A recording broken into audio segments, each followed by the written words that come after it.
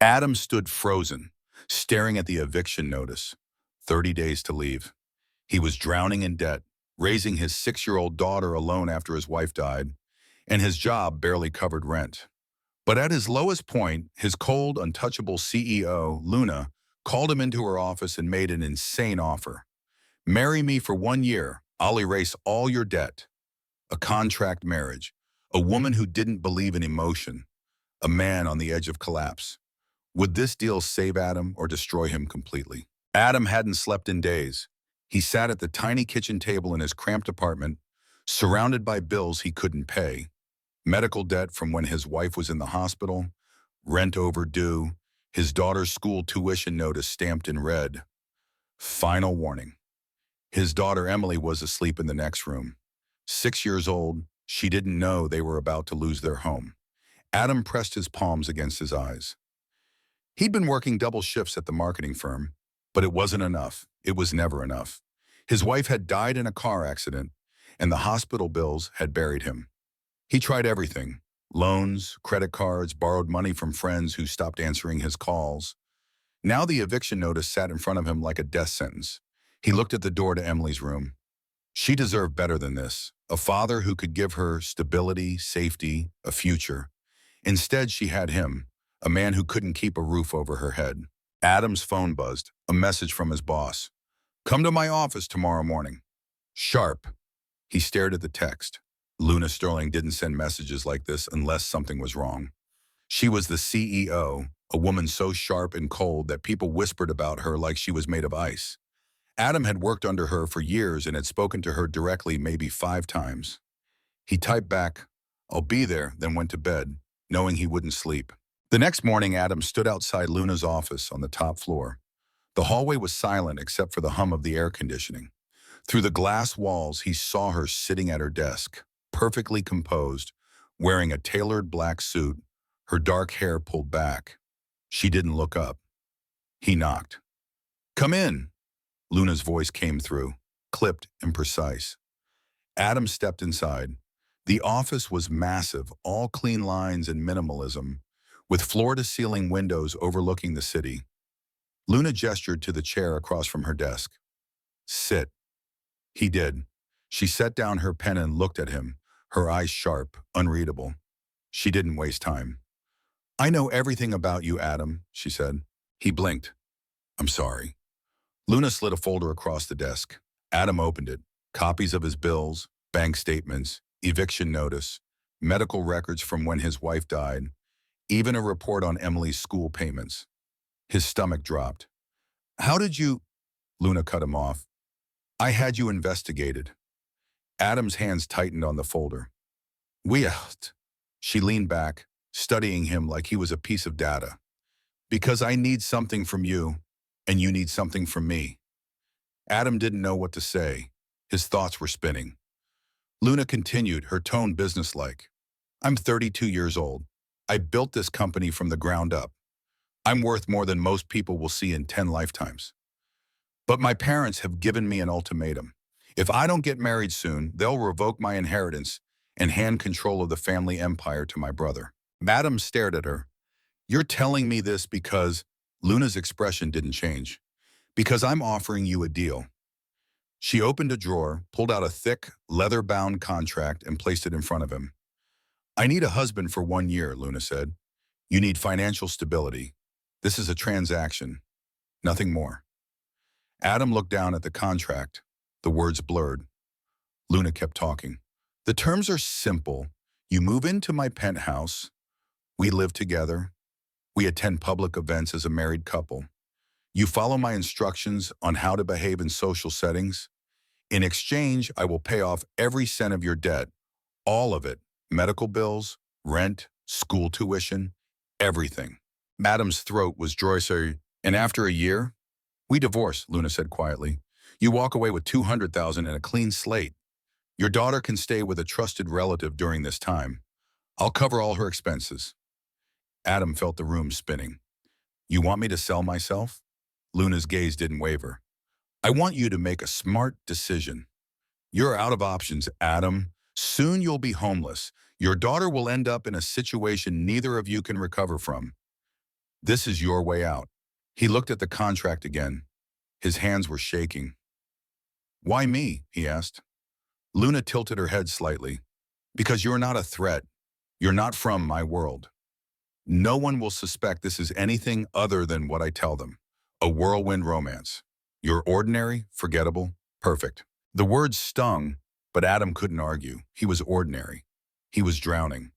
Luna stood and walked to the window, her back to him. I don't believe in love, Adam. I believe in control. This arrangement gives me what I need. If it gives you what you need as well, then we both win. Adam stared at the contract. The pages were filled with clauses, conditions, legal terms he didn't fully understand. But one thing was clear. If he signed this, his life would change. He thought of Emily, her small voice asking if they were going to be okay, the way she pretended not to notice when there wasn't enough food. He thought of the eviction notice, the fact that he had no other choice. What if I say no? Adam asked. Luna turned to face him. Then you leave and we never speak of this again. She walked back to her desk and sat down, picking up her pen like the conversation was over. Adam's heart was pounding. He looked at the contract one more time, then at Luna. I need to think about it, he said. Luna nodded. You have until tomorrow morning. After that, the offer expires. Adam stood, his legs unsteady. He walked to the door, the folder in his hands. As he reached for the handle, Luna spoke again. One more thing, she said. He turned. Her expression was unreadable. If you sign, you follow my rules, all of them. No exceptions, no emotions, no complications. Do you understand? Adam nodded. He didn't trust himself to speak. He left the office and didn't look back. That night, Adam sat on the floor of Emily's room watching her sleep. She was curled up under a thin blanket, her stuffed bear tucked under her arm. She looked so small, so fragile. He thought about what Luna had said. You're out of options. She was right. He thought about the eviction notice, the debt collectors who called every day, the look on Emily's face when he told her they couldn't afford her birthday present last year. He thought about Luna's cold, emotionless eyes, about the life she was offering him, a life that felt like selling his soul. But then he thought about Emily waking up on the street, about losing her to the system because he couldn't provide for her. The choice wasn't really a choice at all. The next morning, Adam walked back into Luna's office. He didn't say anything. He just picked up the pen and signed the contract. Luna watched him, her expression unchanged. When he was done, she took the contract and filed it away. Pack your things, she said. You move in tonight. Adam nodded. His hands were still shaking. One more thing, Luna added. She handed him a sleek black credit card. Use this for anything you need. Clothes, transportation, whatever. You'll need to look the part. He took the card. It felt heavy in his hand. As he turned to leave, Luna spoke one last time. Welcome to your new life, Adam. He walked out knowing there was no going back. The penthouse was nothing like Adam had imagined. It was cold, not in temperature, but in feeling. Everything was white or gray or black, sharp edges, clean surfaces, no photographs, no clutter. It looked like a showroom, not a home. Luna stood by the floor-to-ceiling windows, arms crossed, watching the city below. She didn't turn when Adam stepped inside with his single suitcase. Your room is down the hall, she said. Second door on the left. Don't touch anything in my office. Don't go into my bedroom, and don't expect me to be here often. I work late. Adam nodded, though she wasn't looking at him. He carried his suitcase to the room she'd indicated. It was larger than his entire apartment had been. A massive bed, crisp white sheets, a closet big enough to live in, a bathroom with marble counters. He sat on the edge of the bed and stared at the wall. Emily was gone. He'd driven her to his cousin's place hours away that morning. She'd cried when he left. He'd told her it was temporary, that he was figuring things out, that she'd be back soon. She'd nodded, but her eyes had been full of questions he couldn't answer. Now he was alone in a stranger's home, pretending to be someone he wasn't. The first week was awkward. Luna left before sunrise and came home after midnight. They barely spoke.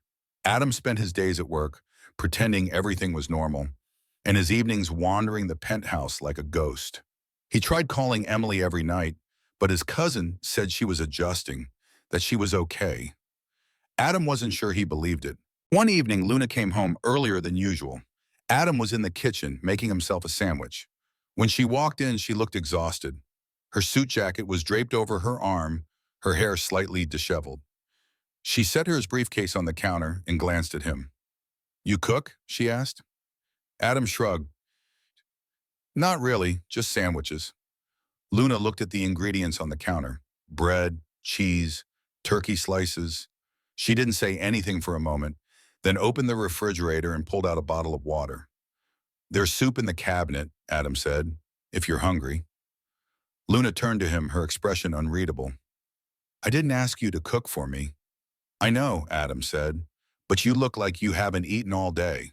She stared at him, then looked away. "I'm fine." But she didn't move. She stood there holding the water bottle, looking at the counter like she didn't know what to do with herself. Adam opened the cabinet, took out a can of soup, and heated it on the stove without asking. When it was ready, he poured it into a bowl and set it on the table. "Sit," he said. Luna looked at him, then at the bowl. She didn't argue. She sat down and ate in silence. Adam didn't say anything.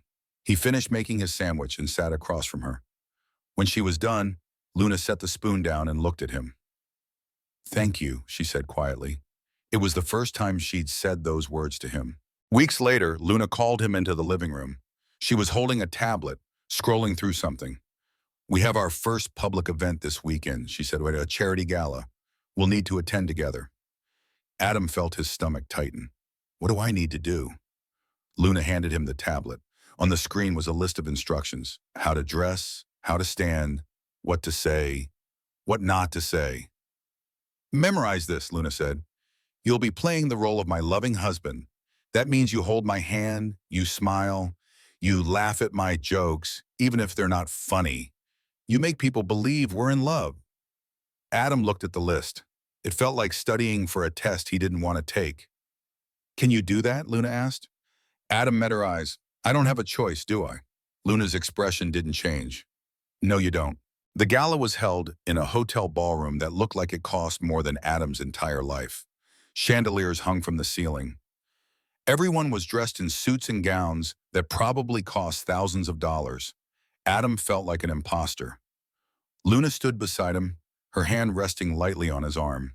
She looked perfect. Her dress dark blue, elegant, fitted, her makeup flawless. She smiled at people as they approached, introduced Adam as her husband, laughed at their jokes. Adam played his part. He smiled, shook hands, said the things Luna had told him to say, but he could feel the eyes on him, the whispers. People were curious. Who was this man? Where did he come from? Why would someone like Luna Sterling marry someone like him? At one point, a man approached them, tall, broad-shouldered, with the same sharp features as Luna. His smile didn't reach his eyes. "Luna," he said smoothly, "introduce me to your husband." Luna's grip on Adam's arm tightened slightly. "Derek, this is Adam. Oh, Adam, this is my brother." Derek extended his hand. Adam shook it. Derek's grip was firm, almost aggressive. "So, you're the one," Derek said, his tone casual but laced with something else. "I have to admit, I was surprised when I heard the news. Luna's never been the romantic type." Adam forced a smile. "People change." Derek's eyes narrowed slightly. "Do they?" Luna stepped in, her voice calm but firm. "We should get back to the guests. Excuse us, Derek." She pulled Adam away before Derek could respond. When they were far enough away, Adam glanced at her. "He doesn't believe us." Luna's jaw was tight. "He doesn't need to. He just needs to stay out of our way." But Adam could see it in her eyes. Derek was a problem. That night, back at the penthouse, Adam found Luna standing on the balcony, still in her gown, her arms wrapped around herself. The city lights stretched out below her. Adam stepped outside. "You okay?" Luna didn't turn. "Derek's going to dig. He's going to try to find something to prove this isn't real." Adam leaned against the railing. "What happens if he does?" Luna's voice was quiet. "Then I lose everything." For the first time, Adam saw something in her that wasn't cold or controlled. She looked afraid. He didn't know what to say, so he stood there beside her, the silence stretching between them. After a long moment, Luna spoke again. "Why did you really sign the contract, Adam?" He looked at her. "You know why I didn't have a choice." Luna shook her head. "Everyone has a choice. You could have walked away, found another way, but you didn't."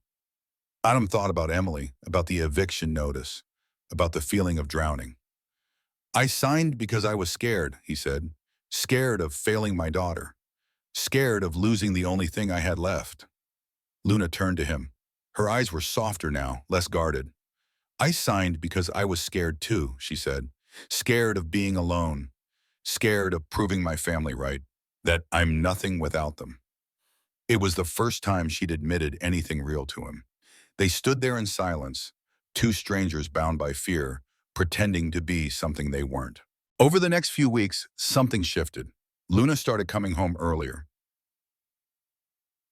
She'd find Adam in the kitchen, and instead of retreating to her office, she'd sit at the counter and watch him cook. Sometimes she'd ask about his day. Sometimes she'd tell him about hers. One night, Adam made pasta. Simple, nothing fancy, but Luna ate every bite. When she was done, she looked at him and smiled.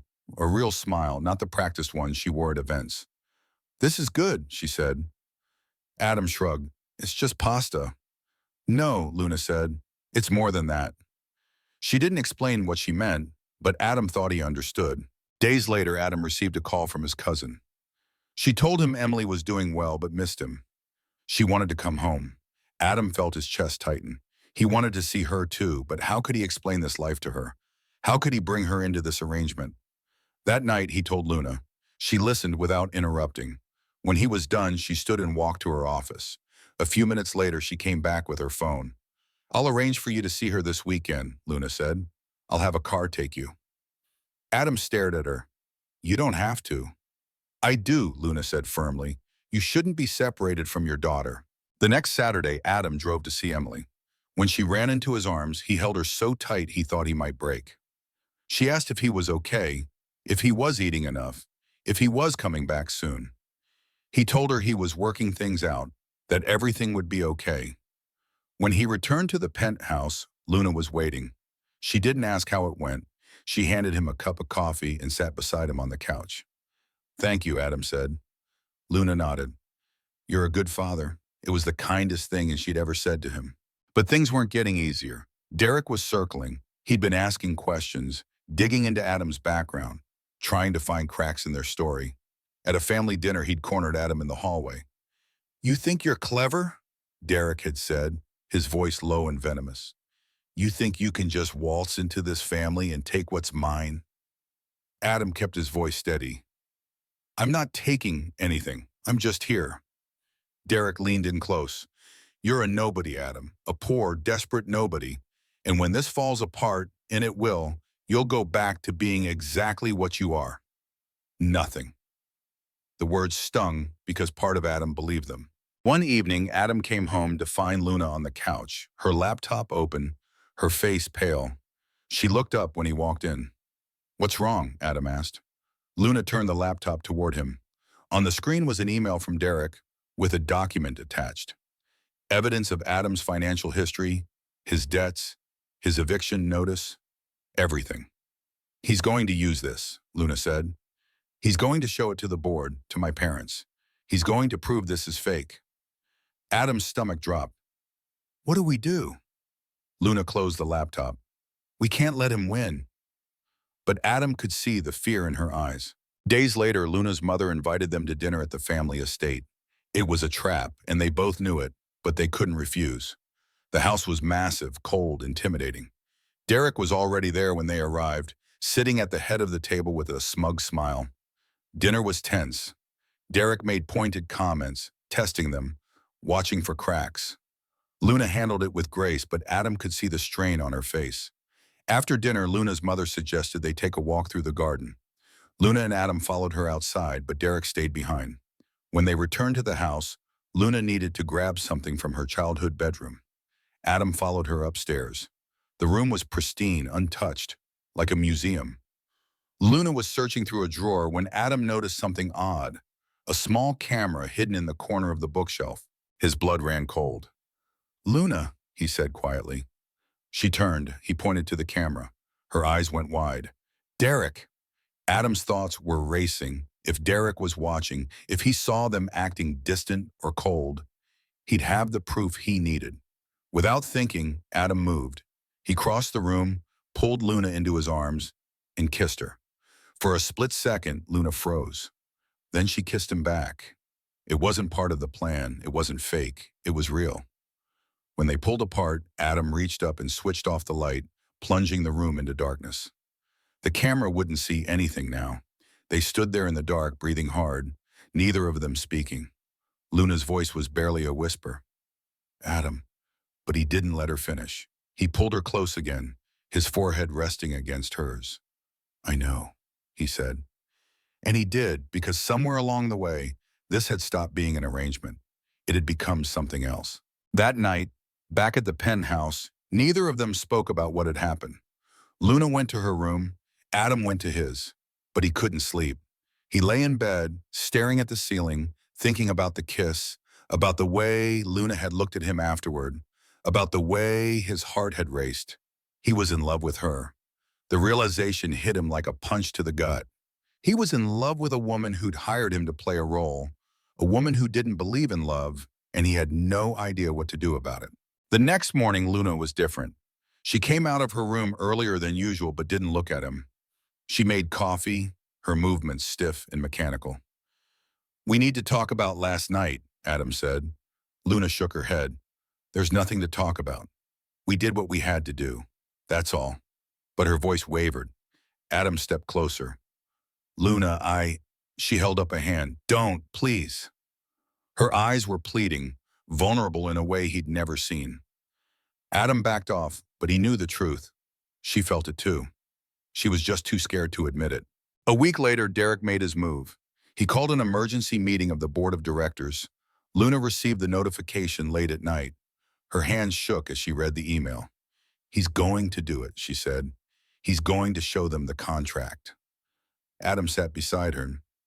"Then we tell them the truth." Luna looked at him. "What truth? That we started as a lie?" Adam took her hand. "That we started as a lie, but it's not a lie anymore." Luna's eyes filled with tears. "Adam, I can't." "Yes, you can," Adam said. "We both can." But Luna pulled her hand away. "You don't understand. If I lose this, I lose everything." Adam stood. "Then we fight together." Luna looked at him, her walls crumbling. But before she could respond, her phone rang. It was Derek. She answered, her voice cold. "What do you want?" Derek's voice came through, smug and victorious. "See you at the meeting, little sister. Bring your husband. This should be fun." The line went dead. Luna looked at Adam, fear and determination warring in her eyes. "This is it," she said. Adam nodded. "Then let's end this." The boardroom was cold and sterile, filled with men and women in expensive suits who looked at Adam like he was an insect under a microscope. Luna sat beside him, her face carefully blank, but he could feel the tension radiating from her. Derek stood at the head of the table, a stack of documents in front of him. He looked like a man who'd already won. Luna's father sat at the opposite end, his face unreadable. Her mother was beside him, watching everything with quiet intensity. Derek began without preamble. "Thank you all for coming on such short notice. I've called this meeting because I have evidence that my sister has been deceiving this family and this company." He slid the documents across the table. The board members picked them up, flipping through the pages. Adam could see copies of the contract, his financial records, everything. Luna's jaw tightened, but she didn't speak.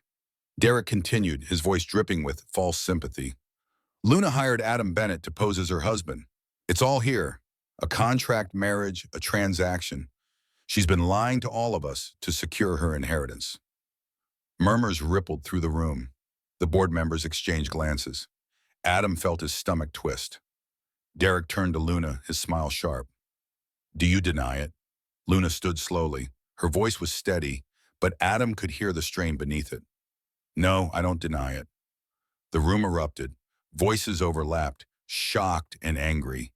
Derek's smile widened, but Luna wasn't finished. She raised her hand, and the room fell quiet. "We did start with a contract," Luna said. Adam needed help. I needed a solution to a problem. It was a business arrangement, nothing more. Derek leaned forward. So you admit you lied? You admit you manipulated this family to keep control of the company? Luna's eyes were cold. I admit that I made a choice to protect what I built, a choice to survive in a family that values power over people. Her father's expression didn't change, but her mother was watching Luna carefully. Luna turned to the board. Yes? It started as a contract, but if you're here to judge me for that, then you're missing the point. This company doesn't care about love or marriage. It cares about results. And I've delivered results. I've grown this company by 40%. I've secured contracts that no one else could. I've earned my place here. Derek slammed his hand on the table. This isn't about results. This is about integrity. You lied to everyone in this room.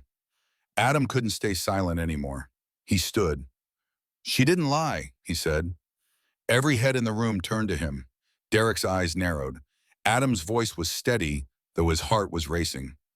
Luna told you the truth. We started with a contract. But what she didn't tell you is that it's not a contract anymore. Luna looked at him, her eyes going wide. Adam continued, his gaze locked on hers. I signed that contract because I was desperate. I was broke, about to lose everything, and she offered me a way out. I didn't know her. I didn't care about her. I just wanted to survive. He turned to face the board. But then I lived with her. I saw who she really is, not the CEO, not the cold, untouchable woman everyone thinks she is.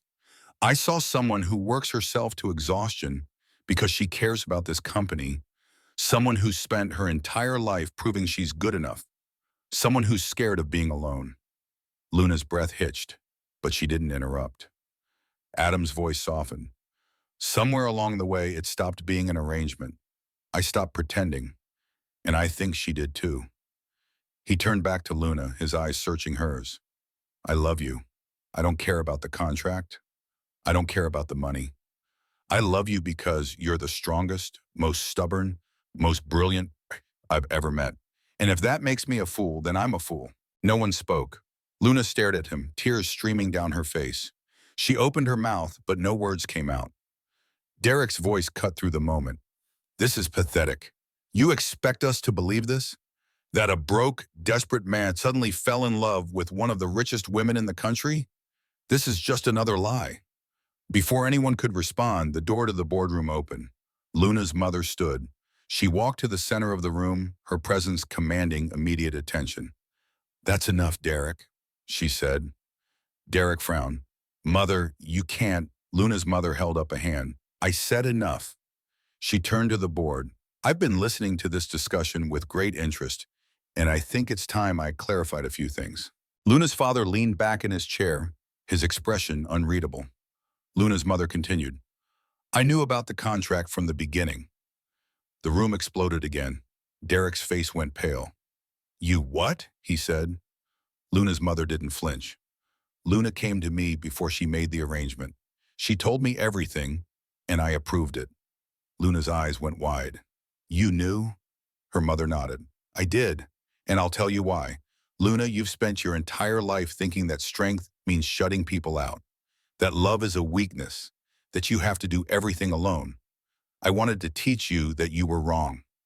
She looked at Adam. I wanted to see if you could find someone who would see past the walls you built. Someone who would care about you, not your money or your power. And I wanted to see if you could let someone in. Luna's voice was barely a whisper. Why didn't you tell me? Her mother smiled sadly. Because you needed to figure it out on your own. She turned to Derek. As for you, Derek, you've spent years trying to undermine your sister. You've manipulated, schemed, and lied to get what you want. You think this company should be yours because you're the oldest, because you're a man, but you've never earned it.